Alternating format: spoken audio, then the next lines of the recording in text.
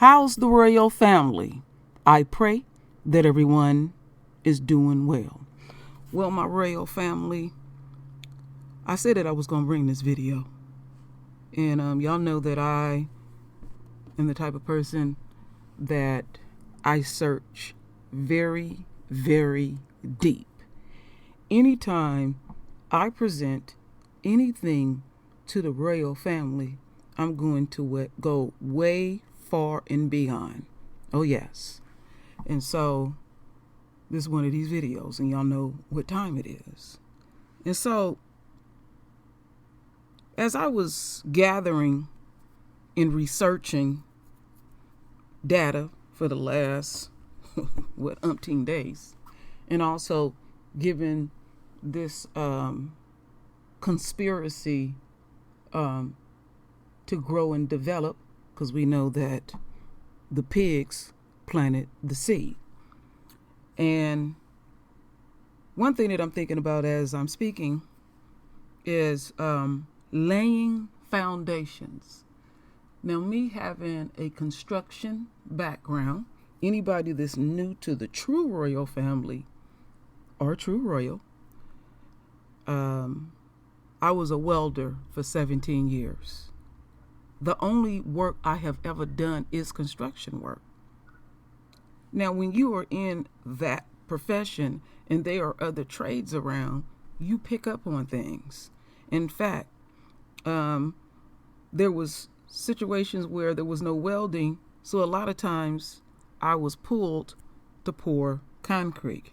Learned a great deal, and I know a great deal about foundations. So the foundation, please keep this in your frontal lobe as much as possible. The foundation of this conspiracy is based all on lies from day one when it comes to our queen, Breonna Taylor. All right? So we know that the pigs lied to the judge to get that no-call warrant. And when the shit went totally south, they are building upon that foundation that they laid.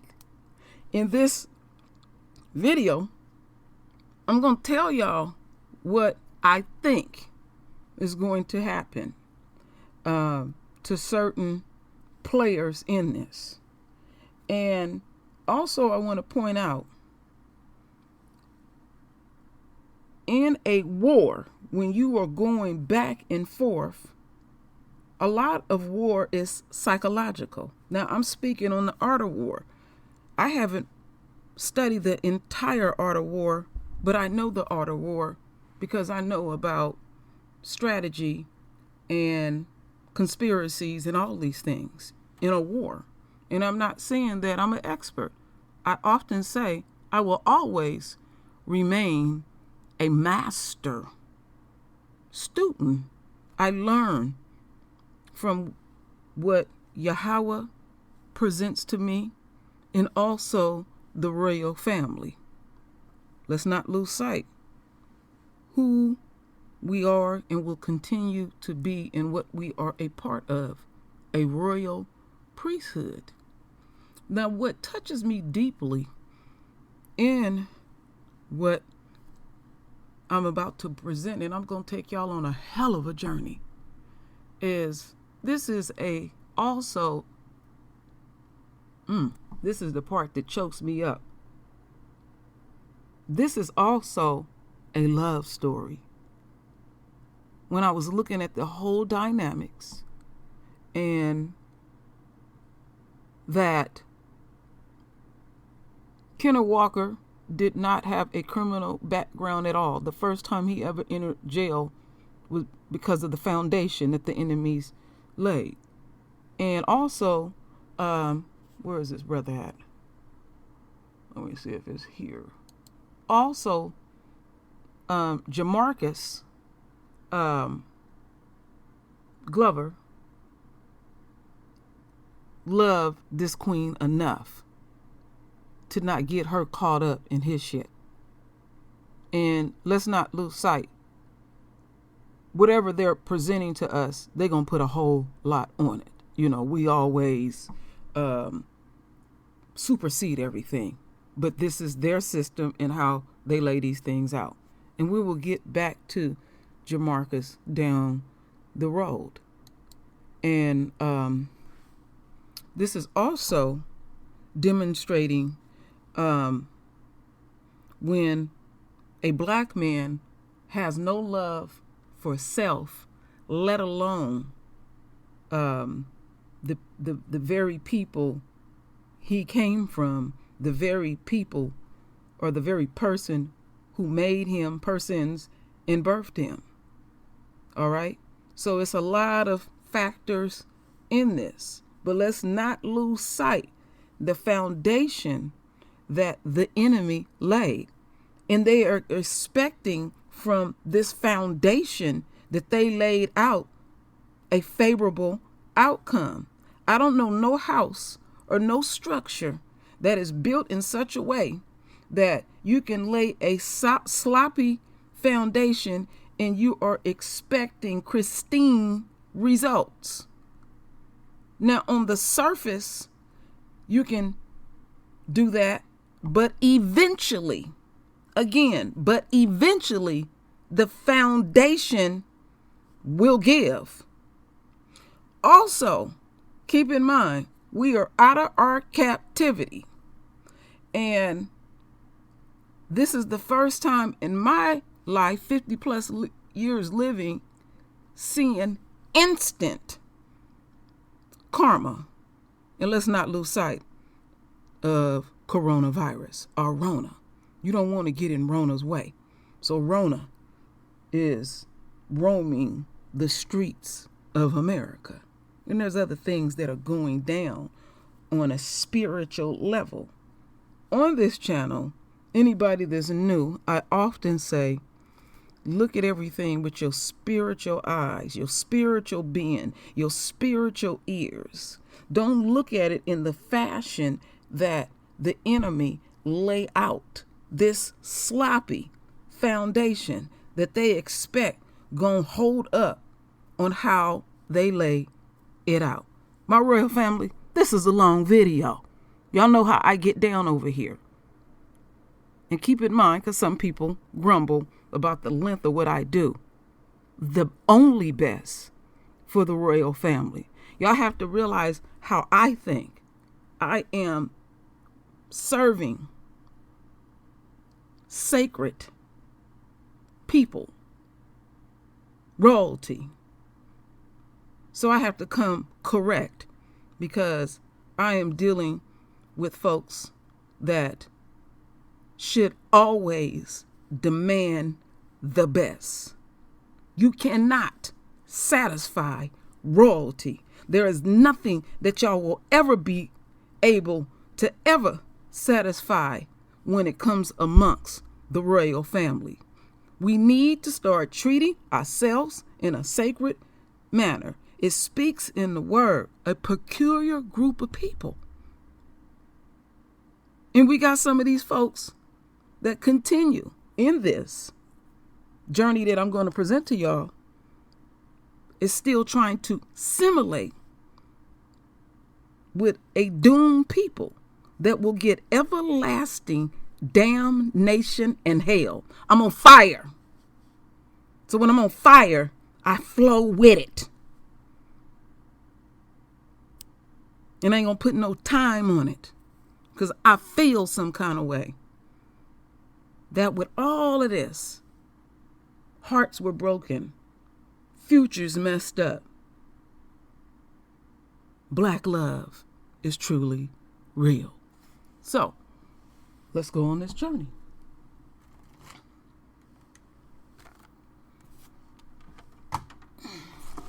Read this article. Okay. The way I'm going to read this article, I'm going to add what I want to add too. Breonna Taylor's boyfriend argues stand your ground law in new lawsuit seeks immunity from possible charges related to warning shot he fired at officers. Warning shot. One shot. But they want to charge him with murder. Kenneth Kenny Walker, boyfriend of Breonna Taylor, is suing for immunity from charges related to the warning shots he fired during the botch police raid that left the 26-year-old Louisville, Kentucky woman shot to death in her apartment this past March. Walker's legal team filed a lawsuit against several parties on Tuesday, reported WLKY. The defendants include Attorney General Daniel Cameron. You know who he is. We're going to get on him. Oh, yes. Louisville Mayor Greg Fleischer. 13 Louisville police officers, from former police chief Steve Conrad and interim police chief Rob Schroeder at the Louisville Metro government. Taylor died in March after Louisville Metro Police stormed her apartment. The police showed up to the apartment around midnight to execute a no-knock warrant related to a drug case surrounding Taylor's ex-boyfriend Jamal Glover. Let's not lose sight that when they were executing this and they were in glee about the whole thing before it was executed, he was being dealt with as she was being killed. And somebody said, hey, let's kill two birds with one stone. Somebody along the way, before all this was executed. Oh, this will just put some icing on the cake. Now all of a sudden, our queen is a drug kingpin. Okay. Let's see here. On Monday, WDRB reported a plea deal offered to Glover named Taylor as a co-conspirator in his organized crime syndicate. It was widely reported the admissions was giving him a shot at freedom, but Scott Burton, Glover's lawyer, told NPR that wasn't true. Every deal presented to Glover included a 10-year prison sentence, but the lawyer noted his client immediately rejected anything with her name. So they done been offering him deals, and every deal continue, you gonna do them 10 years. So what the fuck is they offering him by saying that she was a drug kingpin? Okay, let's say, hypothetically speaking, she was. How they trying to make it out to be? How are you going to justify the shooting? One does not have nothing to do with the other. It isn't like there was an incentive, Burton stated. Like if Glover put his name in there, then we give you a better deal. It was the same deal regardless. Taylor and Walker were in bed watching a movie when the police arrived at the apartment complex when they heard someone at their door, the court papers stated. Taylor asked who was at the door 3 times, but she did not receive a response. The couple started walking out of the bedroom when the front door flew open in the darkness, the lawsuit read. Kenny immediately reacted by firing a single shot to scare away the intruder or the intruders. One officer was hit in the leg and the police responded with gunfire. Taylor was hit 5 times, but Walker was unarmed. He was taken into police custody and charged the next day with attempted murder. The charges were later dropped without prejudice, meaning there is a possibility, Walker could be charged again. The lawsuit argues that Walker had the right to fire his weapon, but Kentucky Stand Your Ground law, which protects all Kentuckians which seeks to protect themselves of loved ones in self-defense. Kentuckians have no duty to retreat or to submit force. Walker and his attorneys announced the lawsuit during a news conference on the day of the filing. All right, I'm going to skip what Walker has to say because we're going to watch the press conference, and I'm just repeating what the brother had to say. So let's get to the last part. It is still 6 months later, and they trying to determine what happened in that department. They arrested Kenny for what they said happened after 3 hours.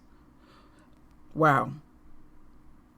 The reason why is because that fit their narrative, using the commercial justice system to try to justify shooting of Breonna Taylor is what this complaint is about. And we're watching it in real time every day. What we saw yesterday with the Gover plea is the same thing.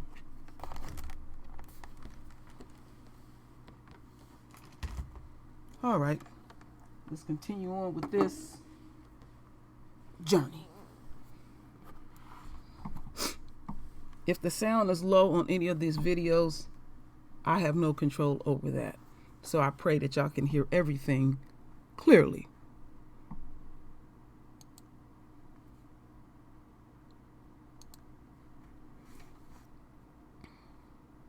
It's going to be a few seconds before we actually hear people speak.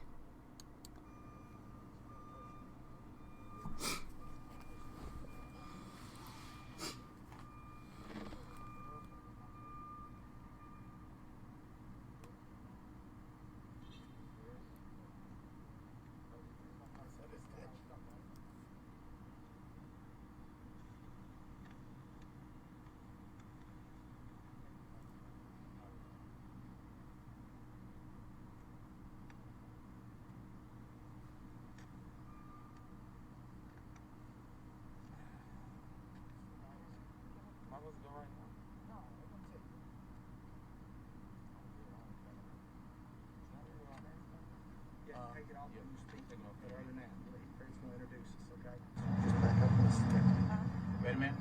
Go ahead. Good morning, everyone. My name is Frederick Moore. To my immediate right is obviously Kenneth Walker. To his right is Mr. Stephen Romines. Steve and I have the distinct honor and privilege in representing Mr. Walker. Behind us are his mom and dad, Mr. and Mrs. Walker. As I'm sure everyone is aware today, we filed a complaint for declaratory and monetary relief in Jefferson Circuit Court. Rather than have a bunch of different interviews, we thought it'd be prudent to just do one here and answer a bunch of questions. So we're going to begin by Kenneth reading his statement. He's not going to answer any questions, but after that, Steve and I will answer some questions. All right? Go ahead. Good afternoon, everybody. Good afternoon. Let's not lose sight what we heard in the background, my royal family. We heard bells. Our Father is speaking clearly. Of course, my name is Kenneth Walker. My life changed forever in the early morning of March 13th. I was laying in bed with Breonna around midnight watching a movie. All of a sudden, someone started beating on the door. They refused to answer when we yelled, "Who is it?" 15 minutes later, Breonna was dead from a hail of police gunfire, and I was in police custody. The police arrested, jailed, and charged me with murder of a police officer. I was raised by a good family. I am a legal gun owner, and I would never knowingly shoot a police officer. Breonna and I did not know who was banging on the door, but the police know what they did. The charges brought against me were meant to silence me and cover up Breonna's murder. For her and those that I love, I can no longer remain silent. Thank you. Thank you. All right. So we'll take some questions. Go ahead. Any questions?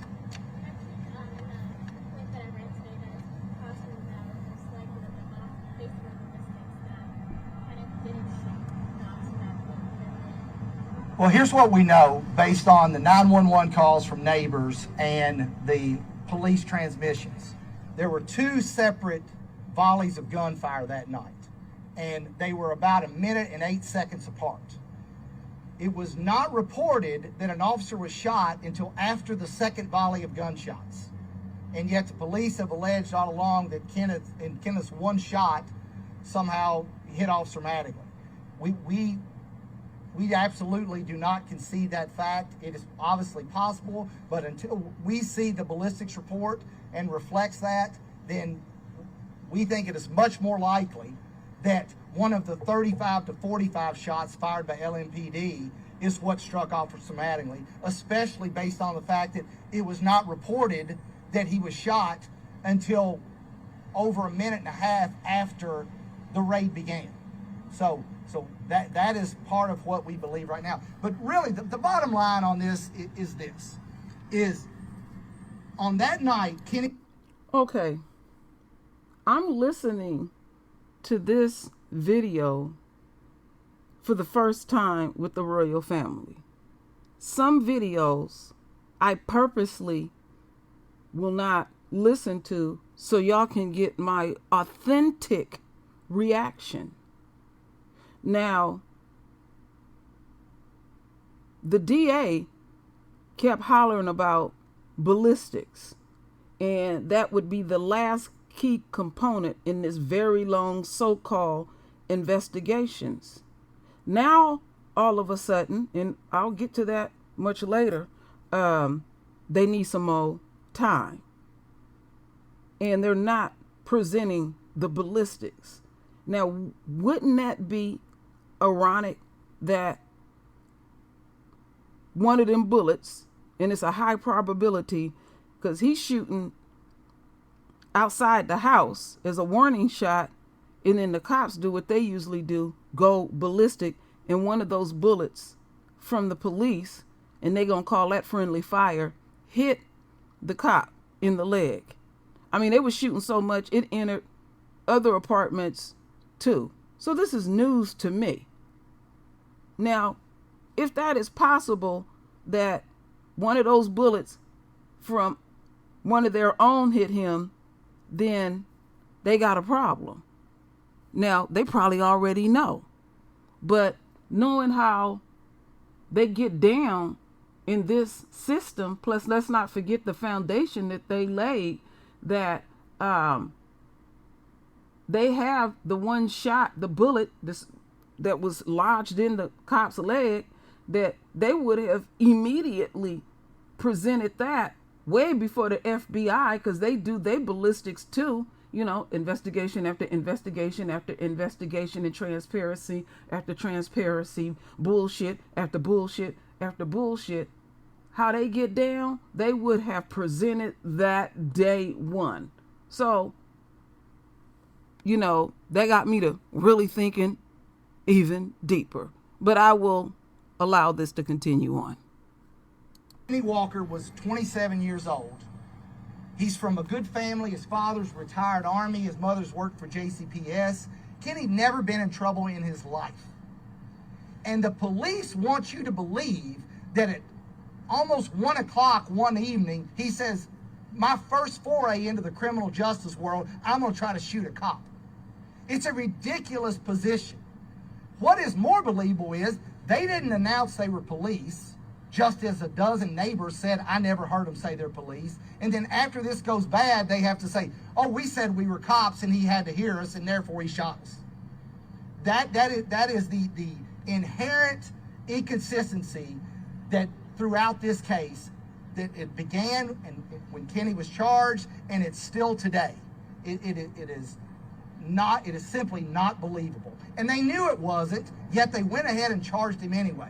That's the bottom line on this also is, it is still 6 months later, and they're trying to determine what happened in that apartment. They arrested Kenny for what they say happened after about 3 hours. The reason why is because that fit their narrative. And using the criminal justice system to try to justify the shooting of Breonna Taylor is what this complaint is about. And we are watching it in real time every day. What we saw yesterday with the Glover plea is the same thing. And that is, Kenny can no longer remain silent about this, and that is the purpose of bringing this action. Can you talk a little bit about that sloppy surveillance, about Mattingly going there ahead of time but not realizing that Kenny was in the apartment, or even Breonna's sister could have been there? Correct. The police report that they had surveilled the house and there was no one else there. I mean, there's a 6'3" gentleman who had been there all day. I mean, there could absolutely have been children there. There could have been anybody there. And when you're executing a no-knock search warrant and you've got guns and all these type things, you better know who is there. It is back to just the negligence and recklessness and sloppy nature of this entire raid. When they report that there's no one there and there's a guy sleeping in the bed. Steve, you mentioned a lot in the lawsuit that he was defending himself and Breonna, or at least he perceived that to be. He fired that shot. Do police officers also have a right to defend themselves in that situation? Well, they do. Everyone has the exact same right of self-defense. Police do not have some sort of heightened right because they wear a badge. If you're in reasonable fear of your life, you are allowed to use self-defense. Okay? That is unquestionable. However, where that goes awry for them is when they recklessly are executing the warrant, then they don't have that right. When Hankison is recklessly and blindly firing shots into the building, he does not have that right to self-defense. You can't just blindly shoot wherever and say, oh, I was defending myself, I was afraid. So that is where that no longer applies. Clearly, Kenny had the right in his own home. That cannot be disputed. Can you speak a little bit about the trauma, humiliation, some of those things you say you've been going through over the last several months? Well, like he said in his statement, I mean, he went from laying in his bed watching Freedom Riders to 15 minutes later, his girlfriend, the love of his life, is gasping for breath in his lap. He's calling 911.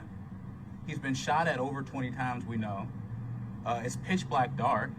And then on top of that, he trusted the police officers of PIU who said, hey, we're just here to try to figure out what happened. Told him the entire story. And less than 2 hours later, they've charged him and put him over there in the jail. So his entire life has been changed. Not only is the love of his life gone, right? And he has to deal with that. But let's also talk about the potential psychological effects of being shot at that many times in the dark. And the trust or lack thereof now for the criminal justice system and how they treated him. His name is all over the world that they've charged him with this. So that's just the beginning. What was the catalyst of file this today? Well, one of the reasons for the delay is because the Commonwealth has said, insisted on dismissing the case without prejudice, we have always been concerned that they might recharge him. And if we brought this could be the impetus of them recharging him. At this point in time, we've decided we don't. If they want to charge him, charge him. We know where the courthouse is at. And we'll litigate that case. But what that really also, the problem with that is if we do that, then what we're saying is when the police charge somebody wrongly and then realize it, or knowing all along, say, yeah, we're going to dismiss the case. Oops, sorry. He's supposed to just say thank you and walk away. No, there has to be consequences to what they did. And we waited long enough. It is, if they wish to go forward with the criminal case, fine, we'll deal with that too. But we couldn't wait any longer. Various reasons. That'll all come out over the course of the litigation. Can you say anything about this white man that police were asking about inside the house? Why put that in there? Well, because that was one of the things they continually asked Kenny that night, which goes back to just the recklessness and the sloppy nature of this raid. They think there's a white guy in the house. One person says there's no one there, and then they keep asking about, where's the white guy out there? They didn't know anything. They say there's drugs there. There's no drugs there. They say there's money there. There's no money there. Everything that they said about this was false. And yet they just say, no harm, no foul. No, there has to be consequences. All right? Thanks, guys. Wow. Now, isn't that something? We just learned something new. They were asking about a unquote white guy in the house. They in the hood. What's the odds of seeing many white people in that particular region? Wow, that I did not know my royal family. Now, some things I don't want the royal family to lose sight of. Mr. Glover's parents, which we will hear speak today, are still together. He had a damn good foundation, and you can still have a damn good foundation with a single parent too as well. But they always like to put that narrative out that the black man has no love for his children. He's just dropping babies and keeping it moving. So now we're going to get into this next video, but we're going to actually hear audio.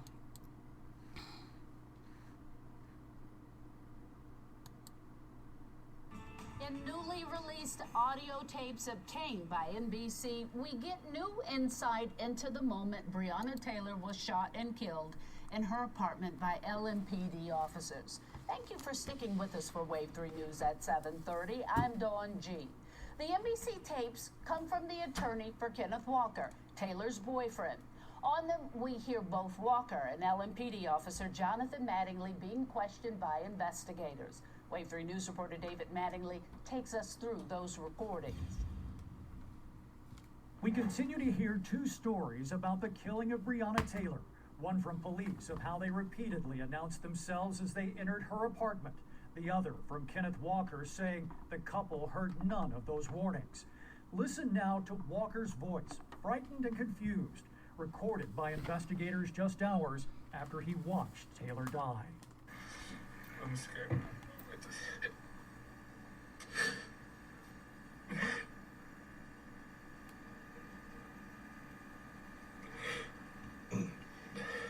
We're just trying to find out what happened. I don't even know.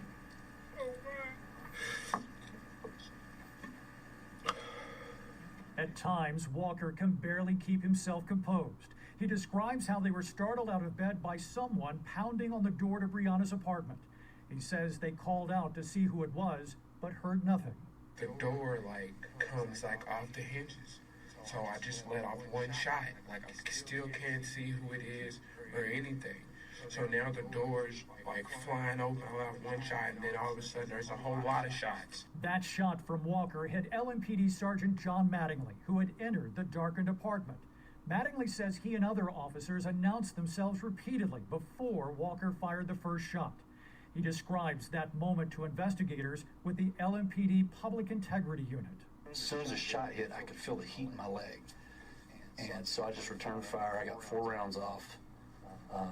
And it was simultaneous. It's boom, boom, boom, boom, boom. And then we're seeing lights and stuff. So it's looking like, okay, it's the police, and there's a lot of yelling and stuff. So they're just shooting. We're both on the ground, and then when all the shots stop, I'm panicking. She's right there on the ground, bleeding, and yeah. Neither Walker or Mattingly could say how many shots other officers fired. Mattingly exited to safety, bleeding from an artery. Breonna Taylor died on the floor of her apartment. When contacted, LMPD said they would not comment on the audio recordings because of the ongoing investigation. In Louisville, David Mattingly, Wave 3 News.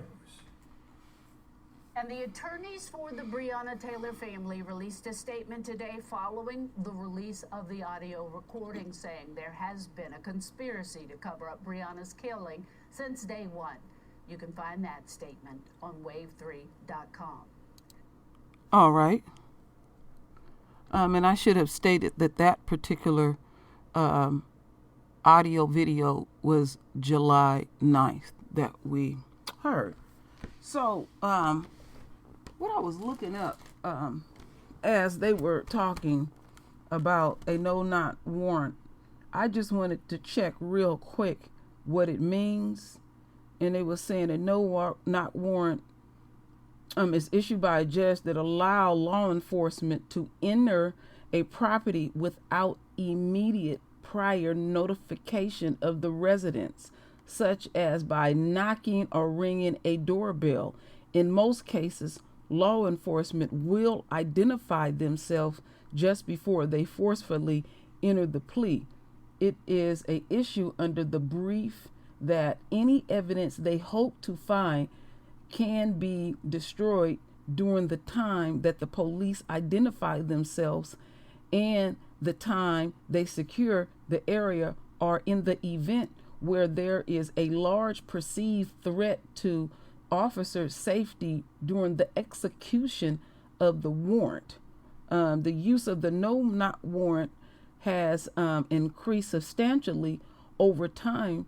By one estimate, there were 1,500 annually in the early 80s, whereas there are 45,000 in 2010. So I was just curious, because I'm not reading it all, what did that consist of? So that gives them legal protection too as well, because it's all about protecting them even when they're absolutely in the wrong.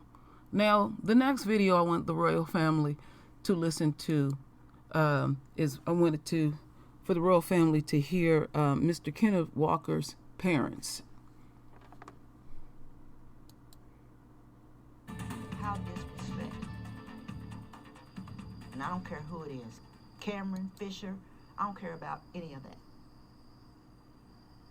Because when you get up in the morning, like he said, if you can get up and look in that mirror and not see Bree, and not see what you're holding over my son's life, you know, you're a sick person. 5 months since the shots were fired, 2.5 months since the protests began, and still no decision reached on prosecution, except for the charges dropped against Breonna Taylor's boyfriend, who fired the shot that was met by return fire, ending in Taylor's death. Good evening, I'm John Bowles. Shannon Kogan's off tonight. You're watching Wave 3 News at 6. Today, for the first time exclusively on Wave 3 News, we hear from the parents of Breonna Taylor's boyfriend, Kenneth Walker. Wave 3 News reporter Felicia Ashley spent time with the Walkers, who were on the phone with their son as their future daughter-in-law was killed. Kenneth Walker's parents say for their son, what happened on March 13th isn't a black and white issue. It's between right and wrong. That night, I can't even, it makes me sick of my stomach. Felicia Walker lived through the day Breonna Taylor was killed by LMPD officers. On the other side of the phone with her son, Breonna's boyfriend, Kenneth Walker. He did call me, and then, you know, I directed him to call 911. Somebody kicked in the door inside my girlfriend. For me as a mom, when I saw the George Floyd thing, and George Floyd was calling his mom, and that's all I could hear, you know, mama. And we as mothers know what that tone means.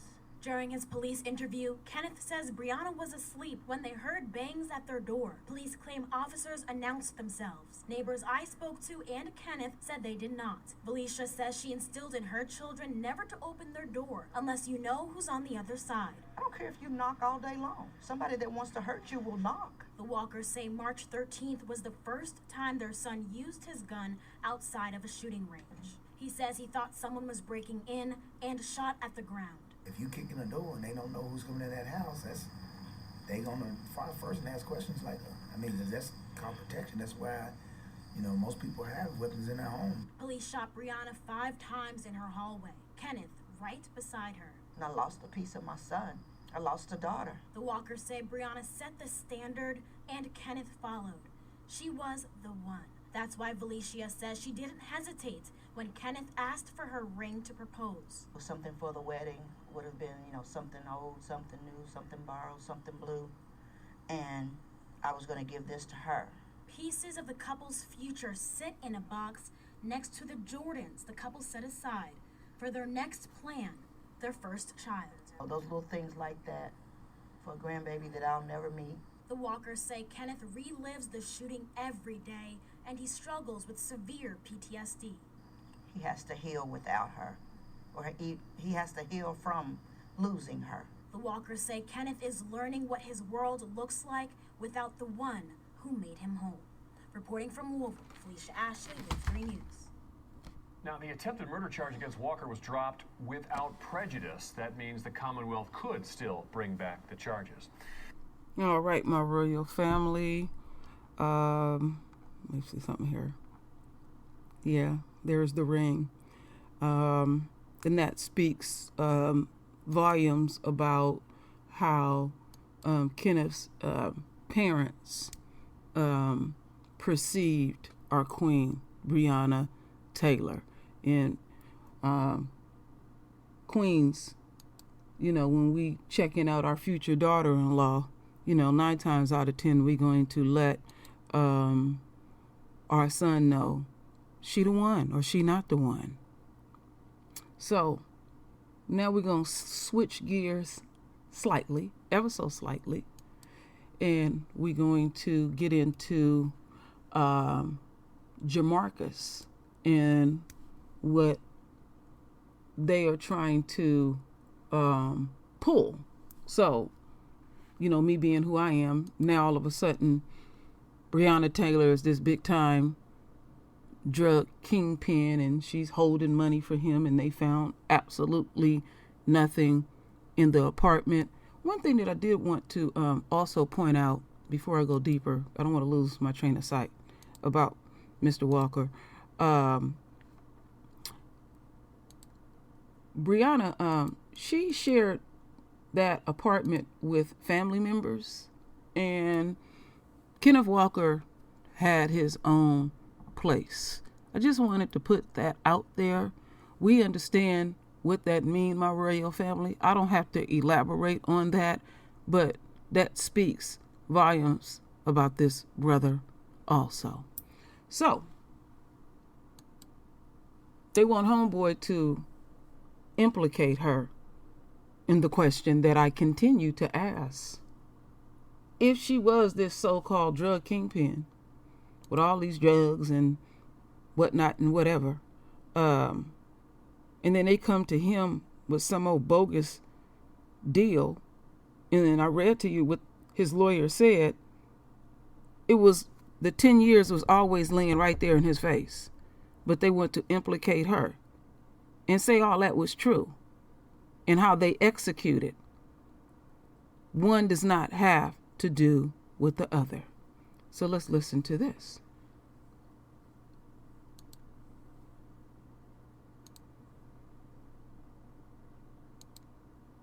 From this case, the police shooting of Breonna Taylor to death. Now, authorities have been under fire for shooting, basically, the situation here, shooting an innocent woman in her own home, and then there have been no arrests. What I have for you tonight, though, is actually a new twist in a case I've told you from the start that we would stay on. Reports that prosecutors were offering Ms. Taylor's ex-boyfriend a plea deal if he would commit to claiming that she was some kind of criminal. Now, the ex-boyfriend was already incarcerated on a drug charge. The Washington Post reporting that authorities told him if he said Taylor participated in his organized crime syndicate, he could see a possible 10-year prison sentence turn into only a probation. They were literally hanging a decade of prison over this person's head, allegedly, just to go after Ms. Taylor after her death. Now, let's be clear, the offer came 5 months after police killed her. Taylor's family is saying it shows that authorities were more focused on basically setting her up and smearing her after death than making the arrests in the police killing. Now, authorities are denying any type of setup. They say this was a draft offered as part of typical, quote, pre-indictment plea negotiations. A member of the Taylor family legal team calls this entire escapade, quote, BS, and says shame on that office trying to attack a woman when she's not even here to defend herself. Joining us now in a special segment is Lenita Baker. She is a member of the legal team for the Taylor family. We're also joined by Mark Claxton. He's a retired NYPD detective, director of political affairs at the Black Law Enforcement Alliance, and an expert on policing and civil rights. Good to have you both here. Lenita, we have been on this story. This is quite a twist. In your view, what does this reveal about the authorities' approach to this case? This is shameful that the Commonwealth Attorney's Office would stoop to this level in working with Louisville Metro Police. I am a former prosecutor, and the term co-defendant is very specific. It's someone who is charged in a pleading. Breonna Taylor was never named as a co-defendant in any offenses, and to name her in a plea negotiation is reprehensible on the part of the Commonwealth Attorney's Office, and they should be ashamed of themselves to try to smear Breonna Taylor's name after her death. And to be clear about the process here, in the open case, she would be the alleged victim if there were charges in the shooting case.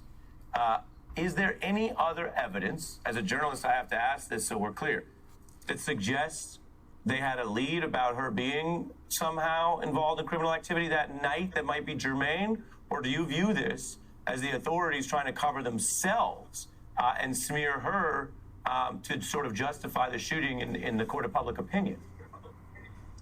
It's definitely a chance of the authorities to smear Ms. Taylor's name. Once all of the evidence is put forth to the public, again, we're under a protective order, so some things that we've received privy to discovery we're not able to talk about. But once the public is able to see all of the evidence that we've seen, they will know for certain that this is nothing more than a smear attempt for Ms. Breonna Taylor. We've seen this time and time again in police-involved shootings where they try to go back and smear the victim. But there is nothing that indicates that Ms. Taylor was involved in any illegal activity. Jamarcus Glover is adamant that she was not involved in criminal activity, so much so that he rejected the plea deal, which would have offered him a minimum sentence if he would sign the paperwork. He said no. This plea deal was made available to him in July. He rejected it in July. He still rejected it, and he has made it clear that he will not sign anything implicating Ms. Taylor because it's simply untrue. He's not going to lie just to get a favorable deal. And on that, just briefly before I go to Mark, viewers are familiar with, we've covered all kinds of cases, including in the Mueller probe, where people make deals. They trade on information. Ms. Taylor, tragically, is gone and dead. Just to put a point on it, you're saying this other individual, whatever his situation may be, is risking years in prison rather than do what he says would be saying something false about her. Correct. He has said time and time again that he refuses to implicate her, even if it means that he's facing more time, which he would be facing more time if he does not come to a plea negotiation with the officers. I did want to go back a little bit. The Commonwealth attorney, his response was that this was just a draft. However, it was a draft that was tendered to the defendant in the case, and he rejected it. That is, of course, it's not a part of the record because he didn't accept it, but he's the one that came forward with this information, with this plea deal, so it was tendered to him. I appreciate your legal distinction there, which is helping us all understand this was very real. This was in play. Mark, you've been with us on a lot of different stories. You have a lot of professional experience, but this is really something. Your view, big picture. Well, it's interesting because the reports that are coming out lay waste to the idea that what's taken so long with this prosecutorial decision in regards to Breonna Taylor is that there's some type of investigation going on. And I think oftentimes people have the impression when you hear an investigation going on, you have individuals on the ground with magnifying glasses looking for air and fiber evidence and bug larvae, et cetera. But in fact, what's happening now is that they've already collected physical evidence, sent it off to the lab, had it back, processed video evidence, witness evidence. And what they're actually doing is sitting around conference tables or working on PowerPoint presentations, figuring out how to control the narrative in a way that either absolves the police or minimizes governmental responsibility. That's what's going on. On that, again, I want to be clear. So Lanita is here in her capacity as a representative and doing that work and sharing with us her view. In your capacity as an independent expert, with the 30 seconds I have, do you view this then as adding insult to injury and trying to smear the life of this woman who is, I'm just being plain, is a dead black woman in America because police came into her home and shot her to death? It is absolutely inappropriate. It is absolutely outside the realm of professional investigations and law enforcement. All right, let's shut this down. So, let's not lose sight that Jamarcus Glover immediately rejected anything that they would present to him implicating his ex-girlfriend. And then they think people are so stupid. Anything they presented to him, you're going to do them 10 years. So when I'm, going on and on about this case, I said that what touches me is black love. It is obvious that Kenneth Walker loved this sister enough where he went to his mama and said, this is the woman I want to be my wife and bear my royal babies. And also Glover, knowing that he done screwed up, taking the path that he has taken, he said, no, I'm going to stand like a man and own up to what I have done, and I got to do my time. And he is greatly affected too that at one time he dated this woman and that she was a good person, and why would he do something like that? He had enough love for her. That demonstrates black love. And let's not get caught up on negative stuff, foul stuff human beings do. We are capable of loving people even once we have broke up with them, but to implicate them in some shit and you're going to get the same results is a slap in anyone's face. And then the thing that is so doubly insulting is that we got this coon here that has absolutely no love for no black person, let alone his mama, and it speaks volumes about who and what he lay up with. He ain't black, even though he looked black. So I said, to say the best for last, I want us to hear what this motherfucker have to say. And when I listened to this press conference, which was gave back in June 18, I was really listening to it with not looking at him, and he wasn't saying shit. Gentlemen, thank you for being here. I want to take an opportunity to discuss our office's role as special prosecutor in the ongoing investigation into the death of Miss Breonna Taylor. I want to be clear at the outset of this conference that is informational only. The investigation remains ongoing and the specifics will not be discussed. But before I go on any further, I just want to say to Miss Breonna Taylor's family how I continue to be saddened and heartbroken by the loss of a daughter. I know Miss Tamika Palmer has lost a child. My mother has invested a lot of time and energy into me, and I know if something happened to me, she would certainly be heartbroken as well, as I'm sure Miss Palmer is feeling. So our continued sympathies and condolences go out to her. I'd also like to say to all those involved in this case, you have my commitment that our office is undertaking a thorough and fair investigation.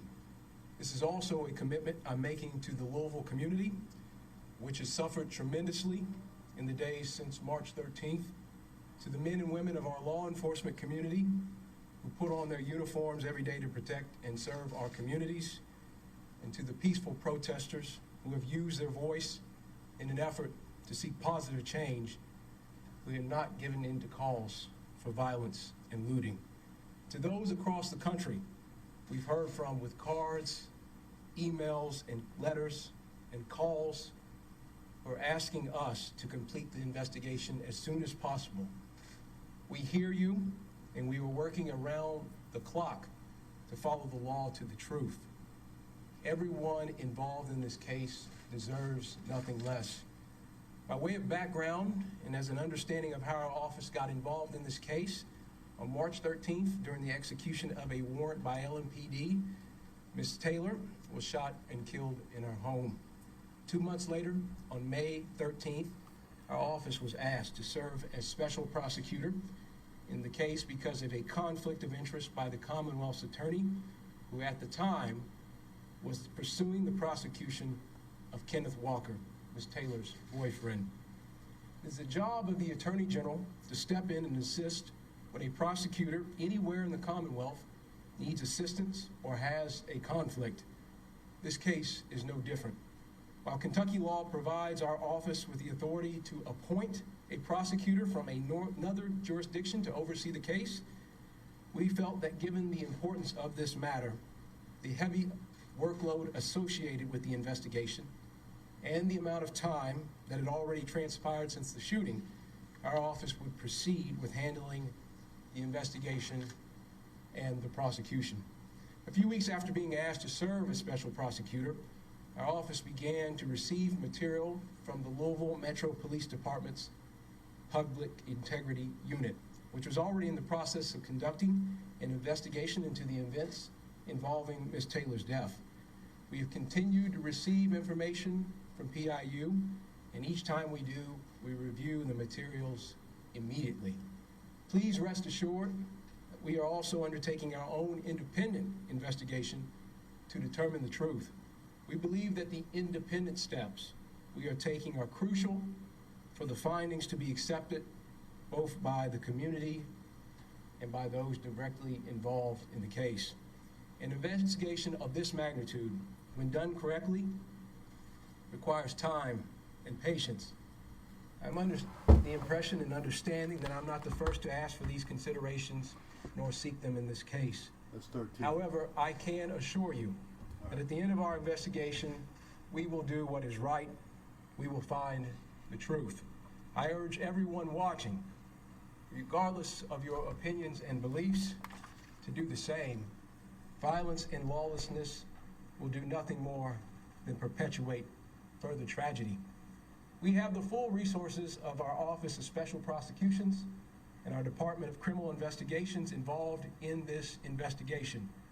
Our team of investigators and prosecutors with more than 200 years of combined experience are working diligently on the case at my direction. As the Chief Prosecutor for the Commonwealth, my role and the role of my team is very different than that of a civil or criminal defense attorney. I have a specific obligation to see that anyone accused of a crime is accorded procedural justice and that guilt is decided upon the basis of sufficient evidence rather than public opinion. I take this responsibility very seriously. The Supreme Court has said that the prosecutor's interest in a criminal prosecution is not that it shall win a case, but that justice shall be done. A prosecutor may prosecute with earnestness and vigor, and indeed he should do so. But while he may strike hard blows, he is not at liberty to strike foul ones. We are not going to strike foul blows in this case. So, you've been investigating this since so-called March, and then you speak on you have enough investigators that have 200 years experience, and you talk about the vigor that you are putting in this high profile case.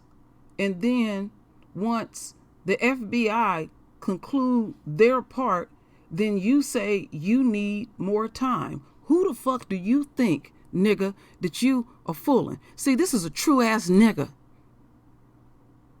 I ain't gonna put no cut on it because I'm disgusted. Pure nigga. And then you sit up here going on with some rhetoric like we dumb. We used to this shit. See, these one of these gatekeepers that you looking at. We are going to pursue the truth based upon the law, whether that lands to convictions or exonerations. Because we need the flexibility to fully investigate the facts, not going to provide a specific date that our investigation will be concluded. However, I can assure you that we understand the urgency, we understand the public outcry, and we understand the need for the truth and the desire for justice. In a moment, I'll take a few questions regarding my comments today. I'll be as transparent as possible in my responses, but please keep in mind that I and my team are bound by ethical rules from the Supreme Court regarding the public comments that we can make in this case. Cannot make statements that will in any way prejudice possible proceedings, and risk jeopardizing the investigation. I appreciate your time and attention, and I'm now ready to answer any questions that you might have. Thank you. Now, y'all won't be able to really hear the questions that the reporters asked this coon, but clearly hear what he is saying based on what you just heard.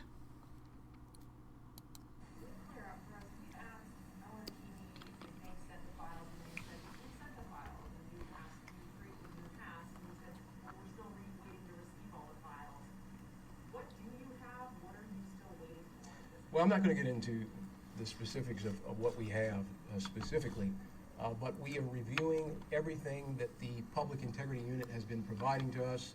I know there were some comments earlier, previously made by Mayor Fisher that indicated that we had everything. We have been receiving things incrementally, along with conducting our own independent investigation. We continue to receive things from the Public Integrity Unit. And recognize the importance of our office undertaking its own investigation as well. How will your investigation be different from what the Public Integrity Unit is doing? Well, it'll be separate and independent. We have been conducting it simultaneously with the information that we've been receiving from the Public Integrity Unit. But I think for the credibility and the confidence of the community, it is terribly important that we have an independent investigation in our office.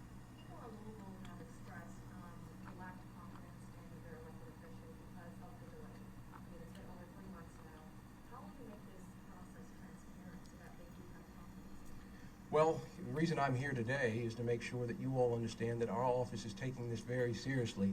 We have done so from the beginning, receiving information from the Public Integrity Unit, analyzing that information immediately, but also undertaking our own independent investigation as well. And I ask for people, as I noted in my comments, to continue to be patient with us as we walk down this path. In my judgment, what the responsibility of the Attorney General, as I sit in this office, is to find the truth and allow the law and the facts to lead to truth. That's what we want in this case, and that's why we've been so meticulous and thorough in this investigation. I know we can't give like a specific date, but we have a family that's been crying for answers for over 3 months. Can you give us, is there like a deadline you're setting for yourself? Because we're not going to rest. We know that protests are happening every day. It's getting worse. Some days it's crazy. Setting a deadline, we expect it like 2 months. I don't want to get into specifics of any deadline, but know that we are working very diligently on this case. We are working around the clock to make sure that we can have a thorough and fair investigation, and we are doing so expeditiously. Is the scope of the investigation going beyond just the 3 officers who did it? Give us a perfect deadline. Other cops who are there, the officers who signed the warrant. Is the scope that large? Our investigation is looking at everything. You also recognize, Joe, that the FBI is involved in this process as well. And so we are undertaking our investigation consistent with our federal partners, but are looking at everything.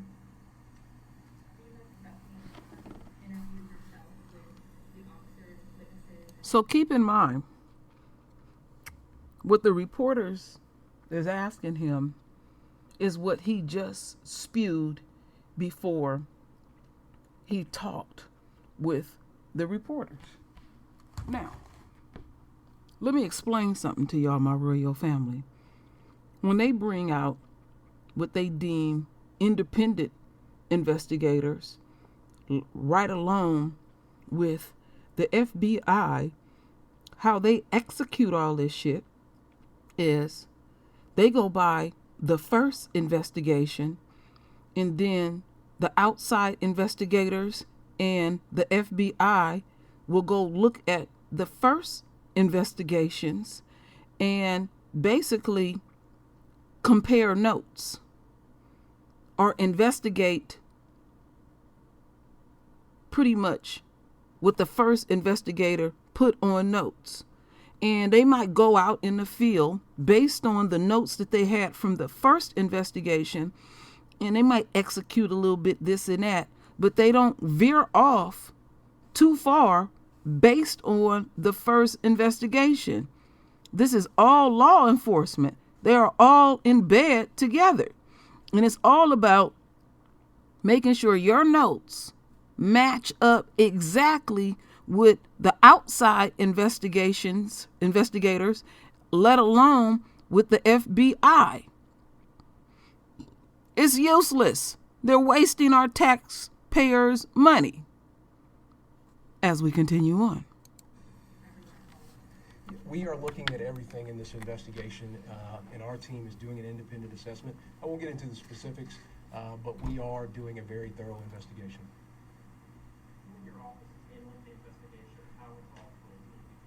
Well, I get updated regularly. We have regular meetings on it, but we've got a team of prosecutors with over 200 years of experience combined, collectively, that are working on the case. Does your involvement make you think that there needs to be some kind of statewide change in how officer shootings are handled?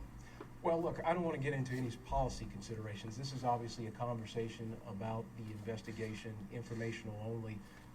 I'll let others, while I'm in the position of being the prosecuting authority on this case, I'll let others sort of opine about the policy decisions that need to be made going forward.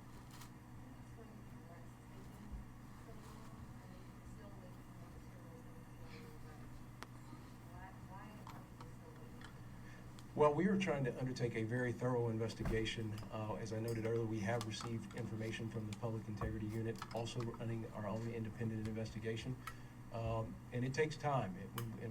I know I'm here in part today to ask for Louisville in particular, but the Commonwealth more generally, for patience as we go through this, and recognize that as I sit in this role as Attorney General, that it's important that we get this right and that we do a thorough and fair assessment of all the facts that we receive before we make any sort of determinations.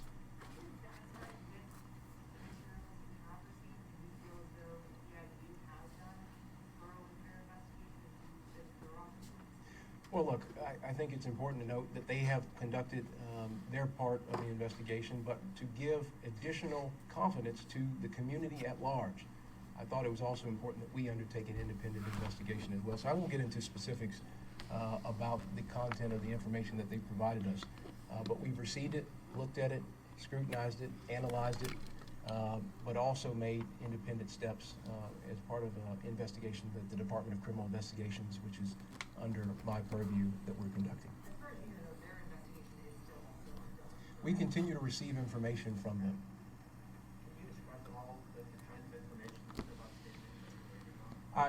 Just to not compromise the investigation, I will decline to answer that, but know that we are receiving information from them. We are asking for additional follow-up on specific items if we have them, and they've been very helpful in providing us that information. But at the same time, again, for the confidence of the Commonwealth of Kentucky, for the entire Commonwealth, all 120 counties, we are conducting our own independent investigation. Okay, I got enough of this bullshit. I got enough of this bullshit because I didn't heard this bullshit before, and so what they did was they sent this piece of shit out to pacify the public. That's what they was doing, because they've been on their ass. Now, it don't take a half a year to investigate some shit. And like the brother said in that video I put, I think it was MSNBC, I think, he said all they doing is sitting around having meetings because this looks bad. So they trying to figure out how they can get these cops out of it. They don't want to charge them at all.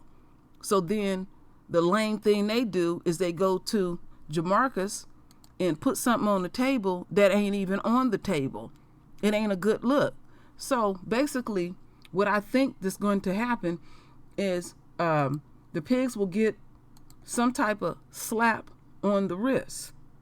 But the person that's going to take the greatest fall, because it has to be a fall guy in this sucker is worried about his political career. He didn't already spoken at the Republican convention. You know, we heard how he speak. You know, he's one of them. And this is where the divine hand comes in place. He will not elevate no higher than where he's at. He might as well hold on to that job. He not gonna go no farther, because this ain't a good look at all. And the shit happens to fall on his lap, and he is demonstrating his incompetence. He is demonstrating his prejudice. He is demonstrating what he will continue to do for a dead system. He is trying to hold it up like many others. What a damn shame in all of this. But this ain't nothing new that we have seen before. He has absolute no love for the royal family. All right?